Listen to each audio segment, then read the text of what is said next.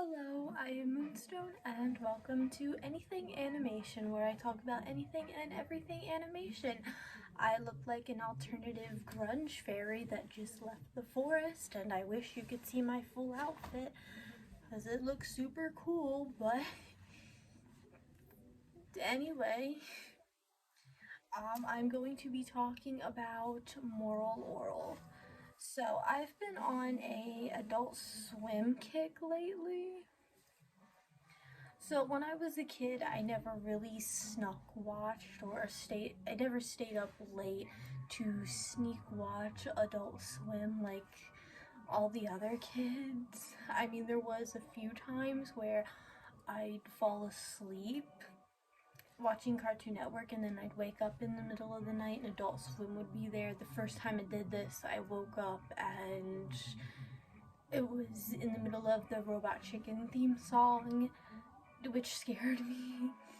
And then there was another show, I don't know what it was called. Actually, I don't even know if it was a show or a bumper or what was going on there, but it didn't scare me, but it was more like a very slow, creepy, unsettling feeling I got.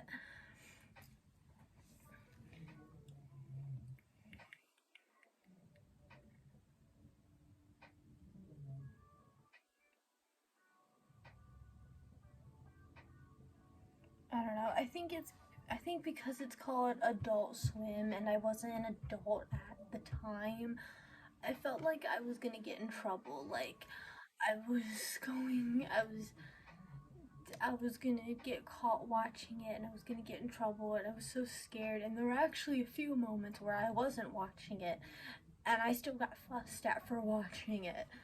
Like I remember I would stay up late fighting sleep to watch Adventure Time, which is another show that I wasn't supposed to watch because my mother found out about my crush on Marceline and banned it, but I stayed up late to watch it anyway because I'm a rebel, sort of, kind of. Anyway, as soon as I stayed up late to watch my beloved Marceline, I knew Adult Swim was coming on, but I didn't really care for it because I didn't know, I didn't care. I knew if I stayed up, I would get in trouble, so I would just roll over and go to bed. And when my mother went to check on me, she would assume I was fake sleeping and was secretly watching it, and then she would shake me awake, saying, I know you're fake sleeping, wake up, and then, yeah. So after that, after that happened, I tried to remember.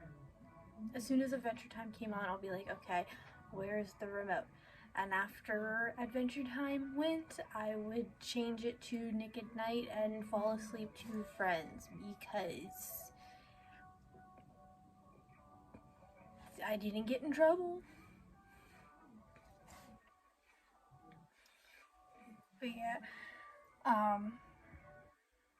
I never really thought about Adult Swim as a kid, and then I never really thought about it as a teenager or anything because I didn't even know what it was about or what was on it. I just knew it was for adults, and I wasn't one, and I'll get in trouble if I watch it. That's all I knew. So, yeah, I never really thought about it up until a YouTuber I watched quite recently, actually. Well, by the time I post this video, it won't be recent, but anyway, a YouTuber I watch, Saber Sparks, he made a video on it.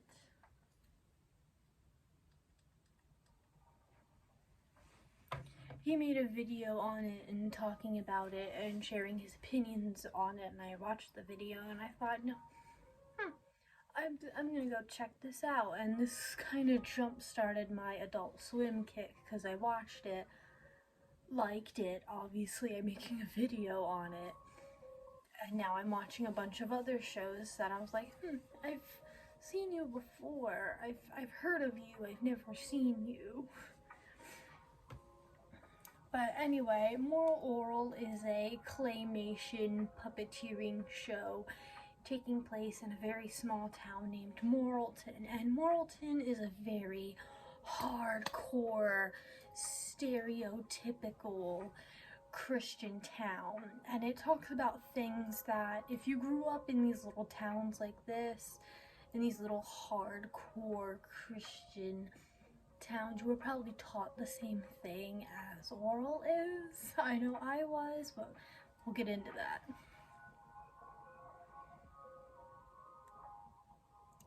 So the first few episodes are 10 minutes long, and they kind of follow the same formula. Our main character, Oral,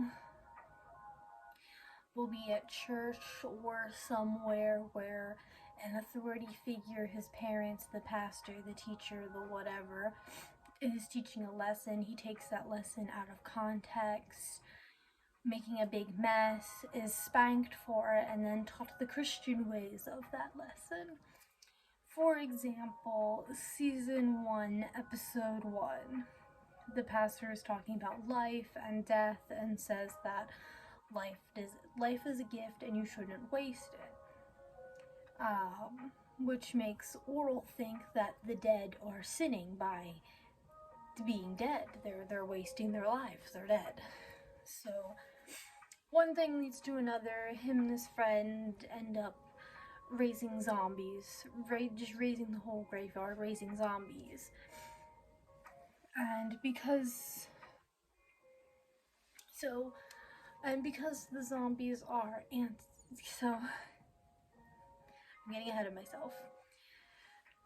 They end up raising a bunch of zombies. They terrorize the town. Obviously, everyone's freaking out. But they're not freaking out because they're zombies and they want to eat your brain. They're freaking out because the zombies are anti-clothed. That's all they're concerned about. And the reason why they're anti-clothed is a pretty innocent reason. When Oral and his friend Dowie went to raise the first person, I think it was Dowie's grandfather, I think it was Dowie made the comment, "Wow, he sure stinks," and Oral's response was, "Oh, probably because he's been wearing the same underwear for this many years. We should probably get those off of him," thinking it's the clothes that's making him stink, not the zombie. So when they raised the dead up, they anti-clothed them and then raised them, and then they run around terrorizing the town, and everyone's freaking out because they're anti-clothed, not because they're zombies and they're after my brain. Oh no, it's the clothes.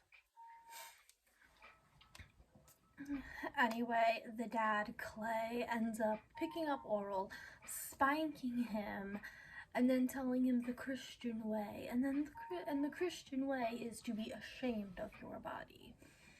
That is why humans wear clothes. And in the end, they end up giving the zombies clothes instead of putting them back in the ground. And the sad part is this is true.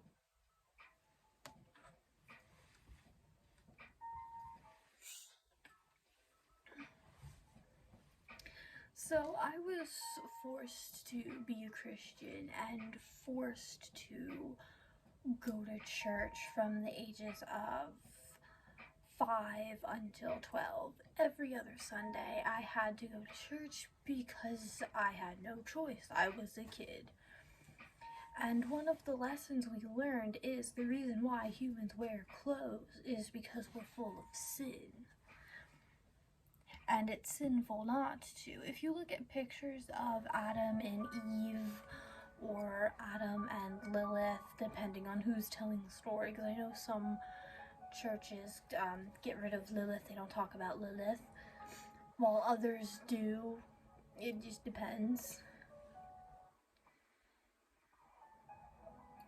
I lost my spot. Oh. Anyway, if you look at them, they're all anti-clothed. None of them are wearing clothes because they were just created. They were pure, and as soon as Lilith gets casted out of the garden, clothes.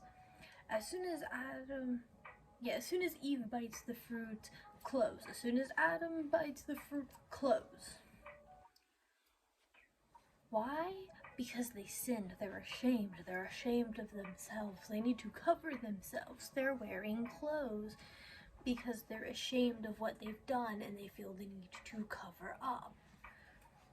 That's why, according to Christians, you have to wear clothes because you are not perfect. You are a human. Humans make mistakes. Therefore, you need to be ashamed of yourself.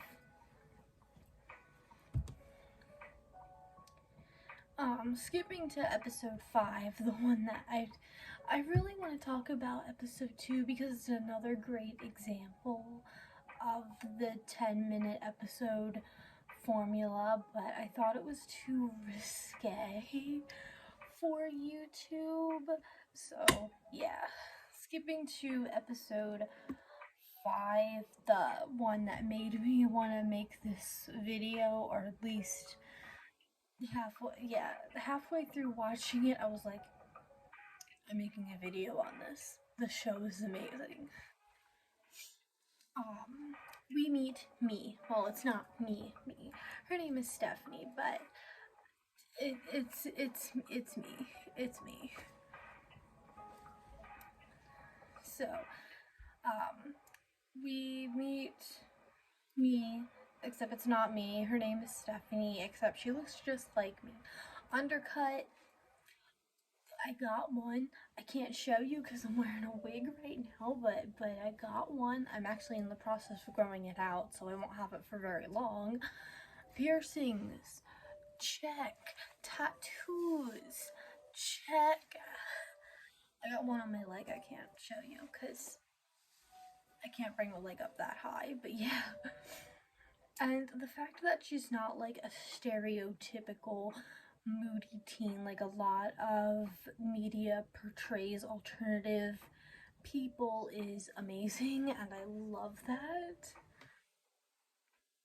Like, media loves to take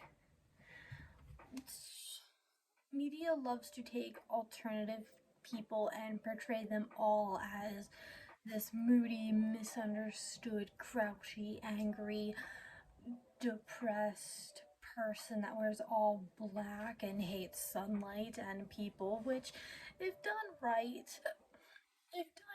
can be very funny. Like the goth kids from South Park. Yeah, they're stereotypes, but the whole show is about stereotypes. And they're done tastefully, so it's funny. It's done tastefully, so it's funny.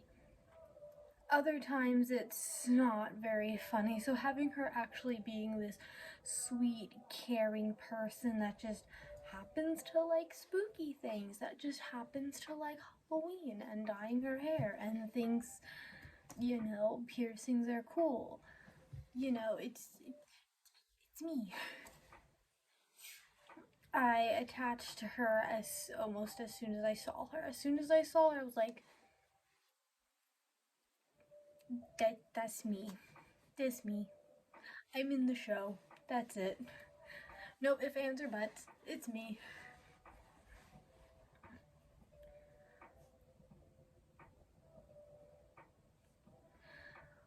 Yeah, and the fact that Oral sees her as a good, sweet, caring, yeah, the fact that Oral sees the good, sweet, caring nature inside of Stephanie, regardless of the metal in her face and the dye in her hair and the ink on her skin. The fact that he can like look past all of that and is not put off by any of it. Like, so the whole story of episode 5 is Oral wants to learn what makes a woman happy, so when he gets married he can keep his wife happy, the sweet innocent thing. Eventually running into Stephanie, who ends up giving him a piercing. And when he sees her, he's not put off by the hair dye or the piercings or the heavy makeup or the excessive amount of black she's wearing. He just sees her and it's like, you're a kind, sweet soul. You're very nice. I know you look super spooky, but you're really sweet on the inside. And he says after getting his piercing, he said he looks to Stephanie because remember he's got marriage on his mind. He looks over at her and he says, "I think yeah, you should think about getting married. You'll be a good wife to someone. You're a good person." I don't know if that's like exactly what he says, but it's like along those lines. And I literally sat there and like paused my TV and just sat there like,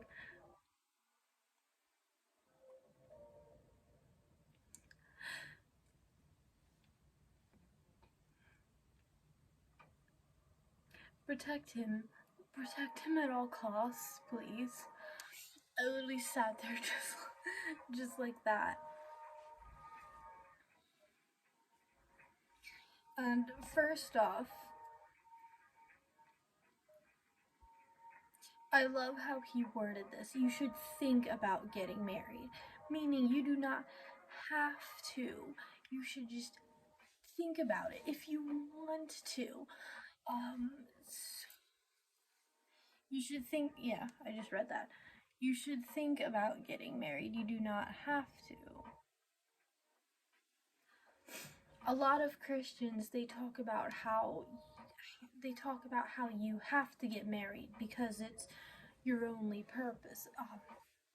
Talking about the women, a lot of Christians, when it comes to women, they talk about how you have to get married. That is your purpose. You are to cook, clean, and take care of babies. That is what you do. If you do not do this by a certain age, then you failed as a human. Yeah, Oral says you should think about it, meaning you do not have to if you do not want to. You'll be a good, yeah, you'll be a good wife. Again, he's not scared or put off by the piercings. He's not scared of the hair dye. Most Christians, when they see somebody with a single nose stud or a single streak of hot pink, what do? They freak out. They panic. Um, yeah, they panic, they freak out, they run the opposite direction, or they'll pull their Bible out and start chanting verses as they follow the person around, like a little like, ugh. I know because I've had it done to me before, multiple times.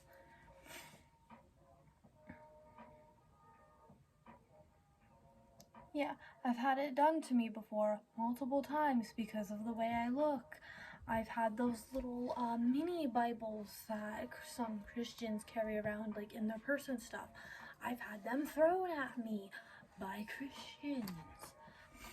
I have been sprayed, splashed, and had holy water dumped on me by church kids. In middle, yeah. Um, Again, going back to being forced to go to church every other Sunday from 5 until 12 years old. Or I should say 13, because once I turned 13, I stopped going. Yeah, starting from 5 all the way to 13. These church kids, because I was a sin, they would literally splash, spray, and dump holy water onto me. Like the middle school and high school bullies had nothing on these church kids. Like they would sit there and talk about how much of a mistake you are because your parents weren't married when they had you, how you're gonna go to the underworld because you have the ends of your hair dyed pink, because you don't listen to Christian music, you listen to Nirvana and Green Day and MCR, and those are evil, spooky bands. Your favorite, my favorite holiday is Halloween. That's a spooky holiday. Half those Christian kids aren't allowed to celebrate Halloween because they were good and holy. You know, like the stuff like that those middle school and high school gossipy girls said had absolutely nothing on these Christian kids, and it was encouraged. Some of them, some of because my parents weren't married when they had me, I was considered like, and I was, yeah, sinful.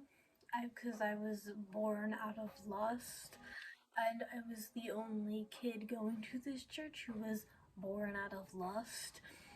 So it was encouraged by some of the adults. Some of the adults, they would see me and they'd whisper over to their kid, "Don't talk to them. They're born from lust. Don't talk to them." So when they would chuck their Bibles and stuff at me, no one did anything.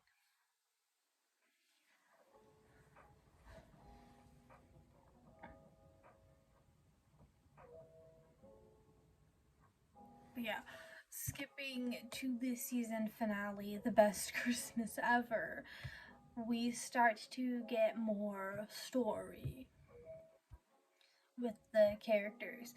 Clay, Oral's dad, and Oral's mom are arguing. Clay doesn't remember making Shapey, which is Oral's little brother, and was gonna, yeah. He doesn't remember making Shapey, Oral's little brother, and I was gonna talk about Shapey. Yeah, I was gonna talk about Shapey, Christians, and mental disabilities, but then I saw the episode God's Blunders, so I'm gonna save it for that. Although I do think this is a good episode to kind of bring up how Christians handle people with mental disabilities. But anyway, Clay says he doesn't even remember making Shapey and how Shapey doesn't even look like him.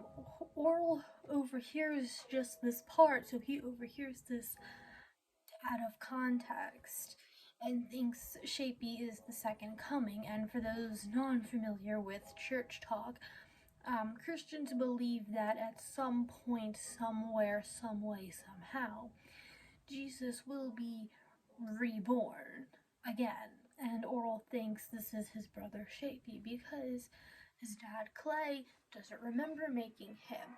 Joseph didn't make Jesus. He was just kind of popped right into Mary. So that's what Oral thinks, that Shapey was just right into his mom. So yeah.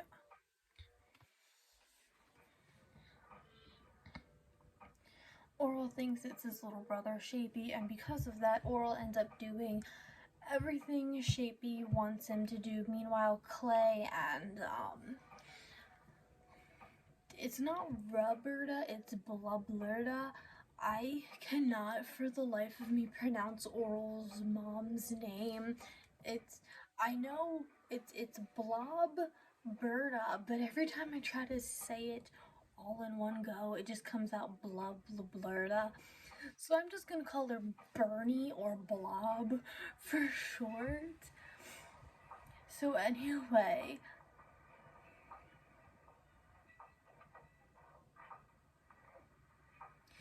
Clay and Bernie decide that they want a divorce on Christmas Eve.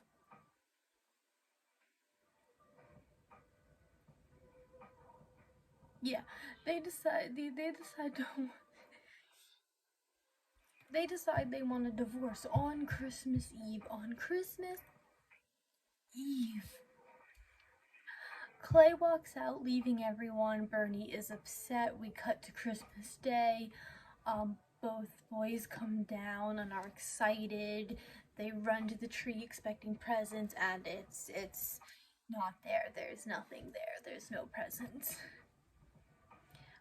Bernie was so upset that she couldn't even get the presents out. She stayed up all night crying. You can tell by the bags under her eyes. She can't even get out of bed. So, Oral and Shapey end up leaving the house, and after destroying a nativity scene, their mother finds them, and Oral is so excited. He tells his mother about Shapey.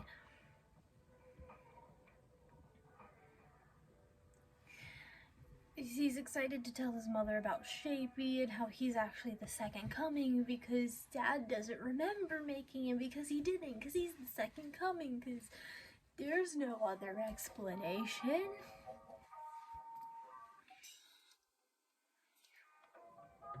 Yeah. Yeah, and he explains this to his mother by saying, Mom, Dad's not Shapey's father. That's like that's how he decides to tell her. He was going to say, Mom, Dad's not Shapey's father because he's the second coming, but he's only able to get to Dad's not Shapey's father before Bernie cuts in and says, I know.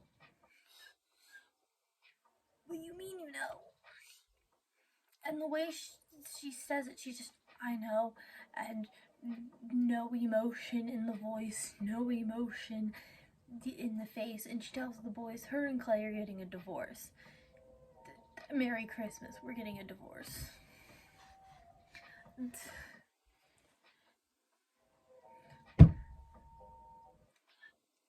I just hit my weight onto the thing by accident. Sorry. She says that no emotion. We're getting a divorce. Happy Christmas Day. So Oral is all distraught, well, wait, what about Dad? We can't do Christmas without Dad. He's always been there. This upsets Bernie enough to leave Oral there in the cold in the broken nativity scene that had been Shapey destroyed. She literally picks Shapey up, pops him into the car, and says, well, if you care about your dad so much, why don't you go out and look for him? And then just leaves. So yeah, she takes Shapey home and Oral is there all by himself. He looks for his dad. Looks everywhere for his dad. Can't find his dad. And by the end, he ends up kneeling down, praying. His feet are cold.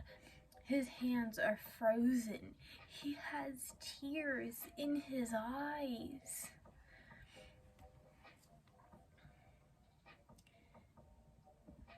Kneeling down, begging God or Jesus, someone, don't let their parents get a divorce and help him find Dad. And it just ends. It just ends with him kneeling down, looking up at the sky as the camera just pans away, as he just begs for his parents not to get a divorce, and he begs to be able to find his dad, and it just stops. It just ends right there. No answers, no conclusions, no nothing. Season 2, episode 1 picks up where the special left off. Oral eventually does find Clay. Oral and Clay are at a restaurant, and Clay says that they're not actually getting a divorce simply because he doesn't want people to think that he doesn't care about his kids. That's it. If it wasn't for that, he'd say, goodbye, Blobby, I'm leaving. That's it. But because he cares too much about what other people think and what the church will say and what his friends will think and blah blah blah, that's the whole reason why he's staying.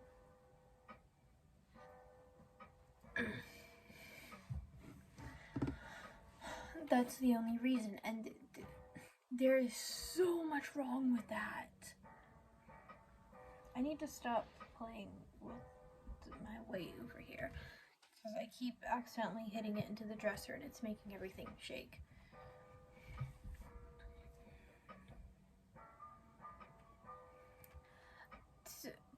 There is so much wrong with that.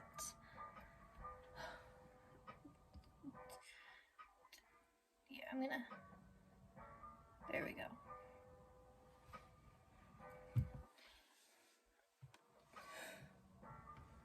Anyway, he makes the comment, me and your mother aren't getting a divorce. I can't have people, thinking I don't care about my kids. And the rest of the episode plays out just as normal. Yeah, the episode plays out, and eventually we get to God's blunders, an episode I want to talk about because I'm autistic. So the episode starts with the Reverend is at the school, and he's teaching science the Bible way. So, instead of evolution, we have Adam and Eve. Dinosaurs never existed. God created the earth and not the Big Bang. And yeah, so he starts teaching science like that.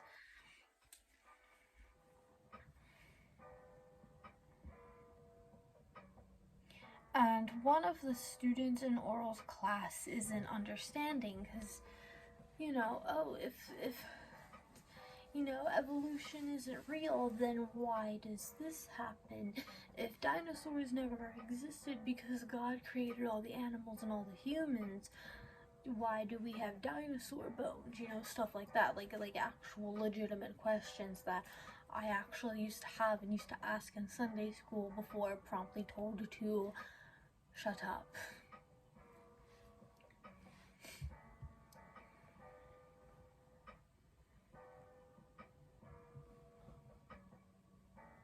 But yeah,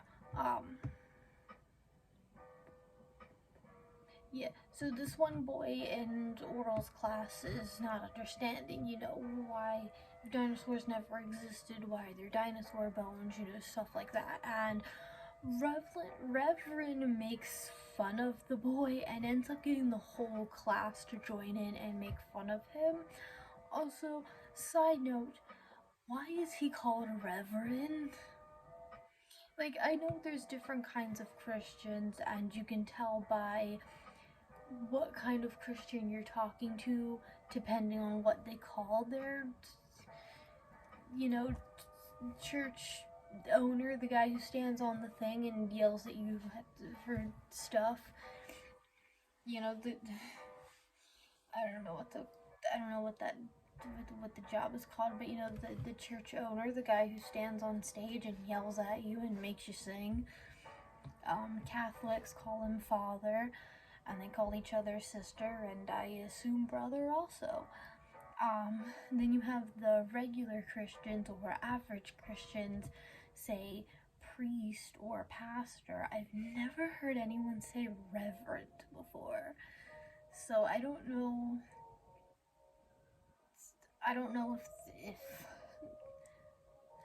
if that, like, if reverend just joins pastor and what did I say before? Priest and pastor, like, is it under the average churchgoer umbrella, or does it have another thing?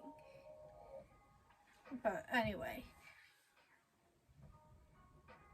I've just never heard anyone call their priest a reverend. But anyway, the boy isn't learning yet. He isn't learning, he isn't understanding, it's not getting into his head, and he gets dubbed mentally disabled and sent to learn with the other mentally disabled kids. And this is a church thing. Like I said, I'm autistic. I was told by the churchgoers. Yeah. I was told by the churchgoers, my mother was told by the churchgoers that I shouldn't see a therapist, that I shouldn't do that they don't believe in anxiety, they don't believe in this, I can't have anxiety doesn't exist. I can't be autistic because autism doesn't exist. None of these exist, at least according to Christians. And yeah.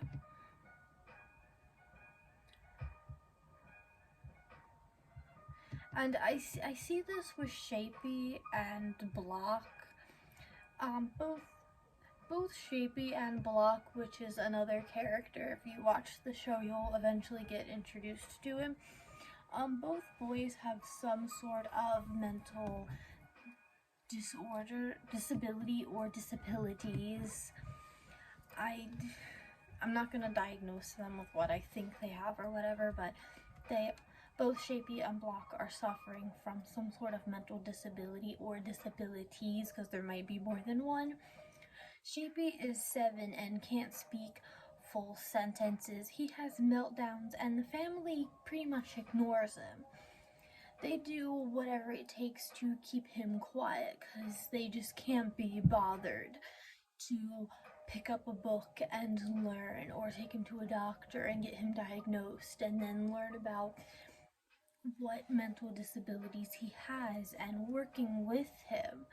They'd rather just keep him quiet, let him play with the most dangerous thing you can think of, as long as he's not crying.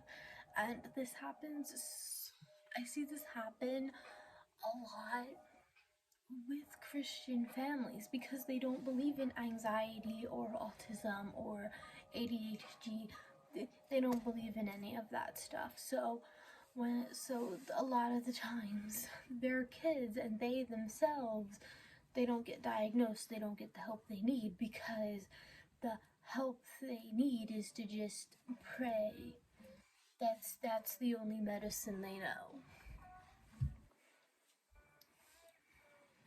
And actually, there have been, if you watch it throughout like the seasons, here and there, they'll actually fuss at Oral even when Shapey's the one in the wrong, simply because they don't want to deal with Shapey. They don't want to deal with Shapey's meltdowns. They don't want to get him diagnosed and then learn about whatever disability or disabilities Shapey has. And it makes me sad because there are people out there like me, there are people out there like me, like Shapey, like Block, who need help. And either, who need help and can't get it because, it's against their religion. And it makes me so glad that I was able to escape, because some people aren't lucky like me. Some people aren't able to escape, and they just have to deal with it forever. But yeah, skipping to the season finale, Hunting. Yeah, Hunting, part 1. Yeah, Hunting part 1 and part 2. I keep losing my place in this script.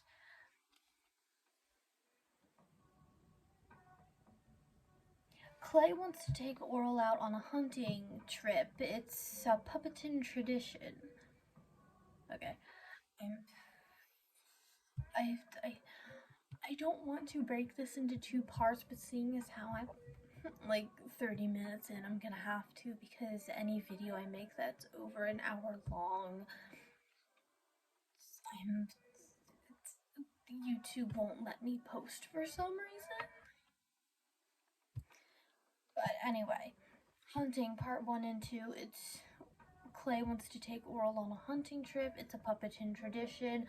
Once the oldest turns a certain age, to take them out on a hunting trip using a special pew pew. So that's exactly what he does. Oral packs his bags only for Clay to tell him that we're going into the woods. We're men. We're manly men. And this is survival. You can't take anything with you. No food, no clothes, nothing. All you need is the clothes on your back and this family pew pew. That is it.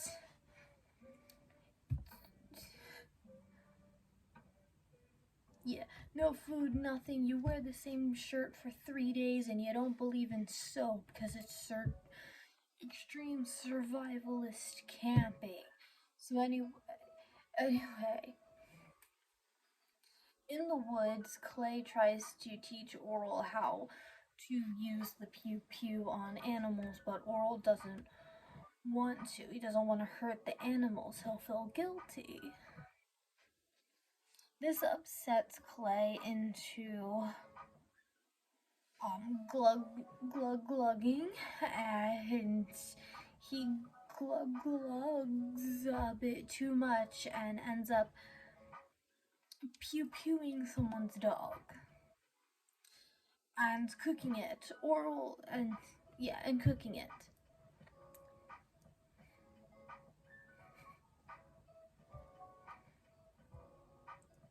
Oral is hungry. Like, Oral has not eaten all day. Clay is not letting him eat dinner because he's the one who got the dinner, and he tells Oral, oh, if you're hungry, you have to go out. You have to do it. If you want food, you have to go out and pew the animal yourself and cook it yourself and do it all yourself.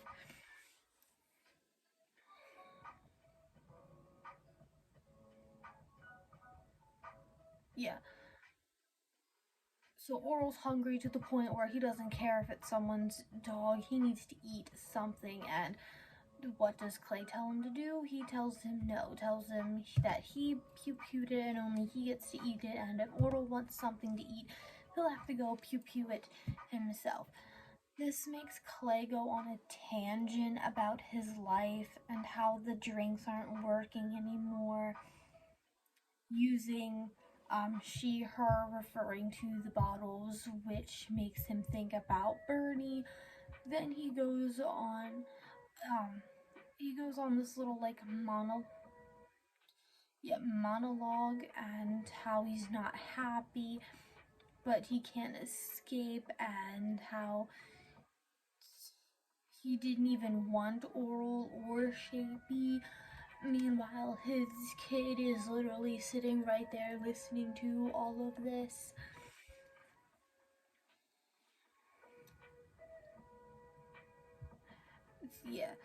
He goes on this little tangent about how he's not happy. He didn't want any of this. He didn't want Oral to be born. He didn't want Shapey to be born. Meanwhile, Oral's sitting here listening to this because he was talking to him, and Shapey's gone.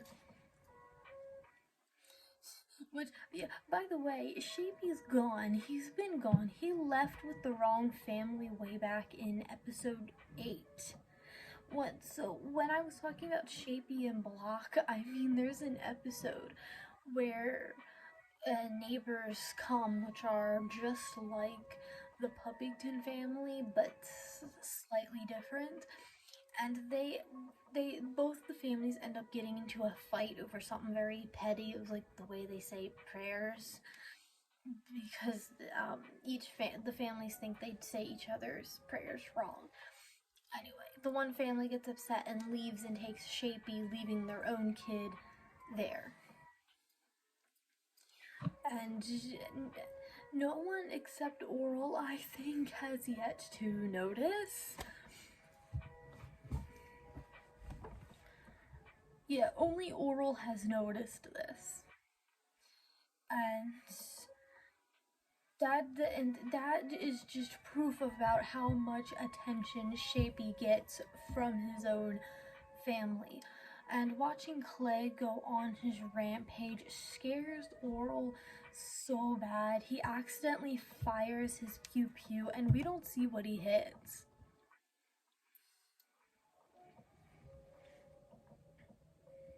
We just see him yell "Dad," all concerned, and the episode just ends.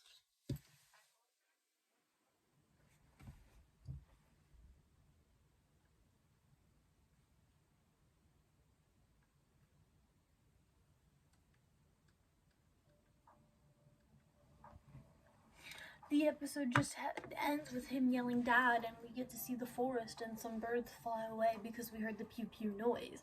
And sadly, this is where I'm gonna have to end the video because we're almost at 50 minutes, and if a video I make goes past 100, YouTube won't let me post it. So I'm sorry, but thank you for watching. I'll see you next time. Bye!